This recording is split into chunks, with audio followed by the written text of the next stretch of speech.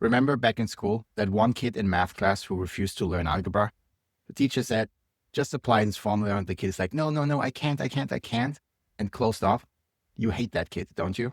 The same goes for Google Ads. Many people just block off and don't even try. So don't be that kid. Open your mind and let me show you how easy Google Ads can be with this simple methodology. Google Ads is not rocket science. It's simple logic that can have big outcomes. It is just 7 simple steps in the setup and then a few ongoing steps to optimize your campaigns. But before we jump in, we need to understand that every step builds upon each other. It's like the domino effect.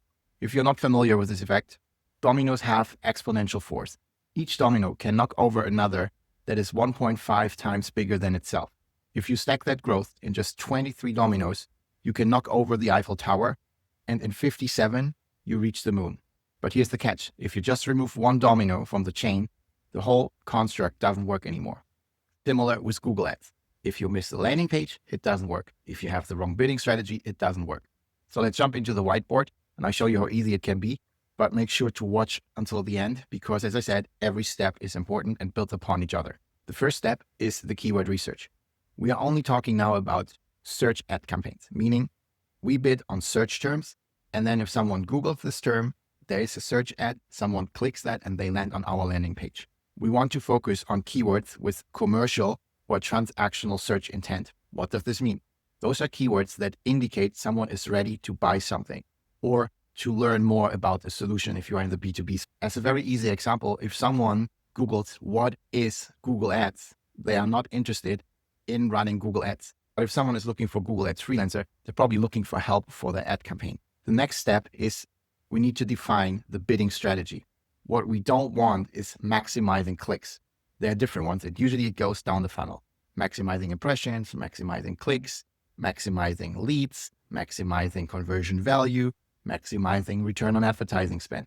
Basically, really going down the funnel. Ideally, we want to be at the bottom of that funnel and really target return on advertising spend. But in the beginning, it's usually not as easy. So we start with maximizing conversions. Let me illustrate on a very simplified example how important it is that we optimize for conversions and not for clicks. If we optimize for clicks, Google will get us more clicks as cheap as possible. Let's assume you have 2 keywords. One costs $1 and one costs $20 per click. Now you would say, okay, I want to buy only that keyword for $1, but what if you spend $100 on both keywords? One is converting and one is not. So in that case, it's better to spend $20 on a click that gets you consistent leads instead of paying $1 that never gets you any leads. The next step in the setup is the targeting and exclusion. The basics are location, language, but you can also create audience profiles. I don't think you need this at this stage. It's more about if you want to only target the US, you can only go with US. If you run a local campaign, I will touch on that a little bit later. It is also important here to target and exclude keywords. For example, if you don't want any keywords with the word free in it, you can exclude it. Or definitions like what, how, any of the informational keyword intent, you can try to exclude. Maybe even you want to exclude your brand name or competitor terms. Once you define your keyword list, set up the bidding strategy and your targeting as well as negative keywords. Now let's look into how does this work when someone conducts a search. Someone turns to Google, types into Google a search term. And here's the first important thing to note. A search term is different from keyword. What is the difference? A keyword is the word that you chose to bid on that has a match type. I'll explain in a second what the match type is. The search term is what someone really types into Google. The match term is now how the term gets matched to that keyword. In concrete terms, there are 3 different match types: broad, phrase, and exact. And they basically are, as they say, broader, then you have phrase match that are more related, and exact is exact keyword or very close variants to that keyword. This is one of many SOPs I'm going to show you in this video. If you want access to my full SOP library, you can scan the QR code on the screen or follow the link in the description. They have step-by-step guides and helpful resources like this to understand search terms. I always recommend that you start with exact match and then broaden if you see it works. Why is that? Because if not, Google tries to get every search term under the sun to match to your broad matched keyword. And normally that reckons your performance. Negative keywords, if you want to exclude a keyword, it's called a negative keyword, also have match types. So you need to learn a little bit about this. I actually have another SOP, like a full process on how to manage this. So again, I recommend you get access to the whole library. So let's go back on the whiteboard here. So once a search term is entered into the search bar, depending on the match type, Google decides that we are bidding on this keyword. And this is essentially every advertiser that bids on this search term when it's matched to their keywords. And a lot of other data source decides who is winning the bid and who's on position 1, on 2, maybe on page 2. It really is like an auction back in the days when you sit there and you say like, yes, I want to bid on that painting. The highest bidder wins the top position. A little simplified because there's way more data points that go into it, but this is essentially how it works. And this is why we want to use a bid strategy that optimizes for our goal, like leads or return on advertising spend. Once Google places our ad, we are there. Obviously, we also need to create an ad copy. We need to write the advertisement. Nowadays, this is very simple with Google suggesting already what's going on, and also with the help of AI like ChatGPT to write your headlines and descriptions. Make sure to really focus on the words that you are bidding on. You want to have it as relevant as possible to the search intent of the user. You will hear me saying this more and more in this video, search intent. It's the most important thing for Google Ads. So what happens after someone clicks the ad? They get to our landing page. What is a landing page? It can be technically, as the word says, a page someone lands on. But we usually refer to this as a dedicated landing page. That means it's not our homepage or our service pages that we normally have. And those pages are optimized for conversions. Why does this matter? Because normally we have a lot of distraction. Someone can click to the About Us, to a blog post, to other services. Maybe there's not even a form on the service page that we have. Maybe on the service page, there are multiple services somewhat bundled together. So we really want to serve, again, the search intent of that particular keyword with a dedicated landing page. It just has a higher conversion rate. Landing pages are one of the most overlooked tactics here. People think they have the right keywords, send it to their website that is already perfect, but then don't get leads. Landing pages is where the conversion happens. In this video, I'm not going through the full optimization of landing pages, but again, this is a really helpful document in my opinion. Back to the whiteboard. This is essentially my illustration of we don't want to have our normal homepage. We don't want to have service pages where people can link everywhere and get lost from what they actually wanted to learn in the first place. The goal is to convert people. And how do we do this? With usually contact form, phone call, if you rely on calls, and potentially even a chatbot on the website. And now another thing that most people don't get right when they set up Google Ads.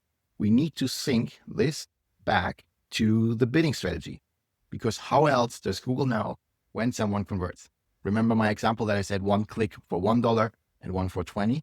Again, what if 2 out of 5 clicks for the $20 generate a lead or a customer, but for the $1 not? So we want more of the $20 clicks and less of the $1 because that's driving business. Conversion tracking could be its own video in itself. Let's keep it simple. The best way is to implement a Google Ads tracking pixel, but also to create a thank you page, a confirmation page. Once someone submitted the form, they get automatically redirected. This is good for multiple reasons. One, it keeps the tracking a little bit easier. You can place a pixel on the thank you page that only fires once someone reaches that page. And how does someone reach the page? If they submit the form. That's the only way. It also makes it very clear for the user. They submit the form, so they get a confirmation on the page. And next, you can actually control what happens next. For example, you can have more resources to show. You can have basically also a funnel step. You can have your calendar so they can book an appointment right away with you.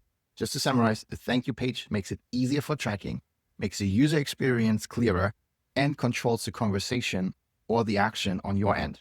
So now you wonder, how does it work with phones? Because then you don't get directed to a thank you page. For that, we need to use technology. Call tracking software. Essentially, we set up dedicated numbers. Those forward the call in real time to your actual phone number. They also send a status back to the technology. If the call was connected, if not, that it was missed. And with this information, we can also trigger more automation flows. For example, if you missed the call, you can trigger a real-time SMS or WhatsApp message to the caller saying, sorry, I couldn't pick up the phone. How can I help you? That way you can try to engage them before they call the next business. If you're interested to learn more about this particular automation, I have another video on this and also, again, another SOP. So let's put it all back together. Let's stack up our dominoes here. What do? We select the keywords with commercial search intent. We select the correct bid strategy. We use the targeting, location, keywords, language. We select the match type for the keywords. We create our ad copy. We create landing pages, and we sync conversions back to the bid strategy. And then we have an ongoing management. Keyword optimization. For example, a keyword that doesn't convert. Let's say you have two keywords that cost $20 and they both generate leads, but one doesn't get good leads. Maybe you want to pause that one. Adding search terms as negative keywords. That's one of the most crucial optimization steps. I also have another video just on that. E-testing, and that goes for keywords, bid strategies, but especially landing pages.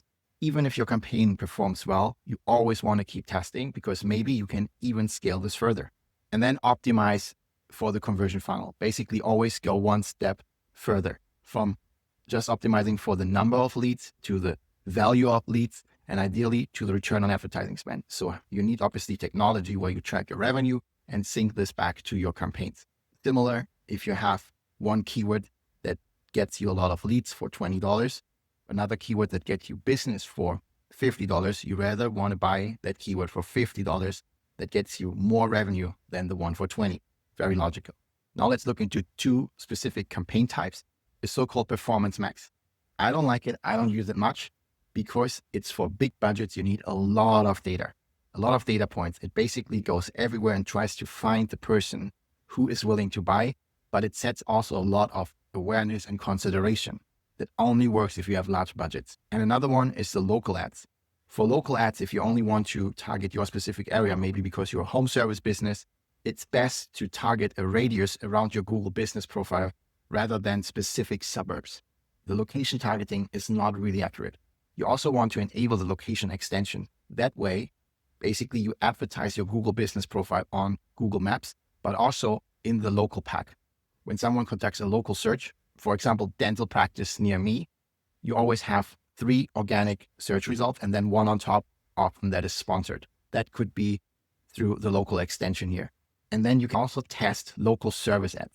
That's a different app platform. You need to register. It's also Google Ads, but you need to verify that you are a business. And then for certain local search terms and service ads, it will show. I have mixed results. Sometimes they work really well. Sometimes the quality is not as good as compared to the search ads. Normally it's good to start and then later on just rely on search ads because you have way more control in the search ads with your landing pages, etc. Now you hopefully understand how each of those dominoes work in the setup. But if you want to knock over the Eiffel Tower sooner and don't waste budget on the way with a lot of learnings, feel free to reach out to me. I have more than 10 years in experience and would love to take a look at your Google Ads. Cheers.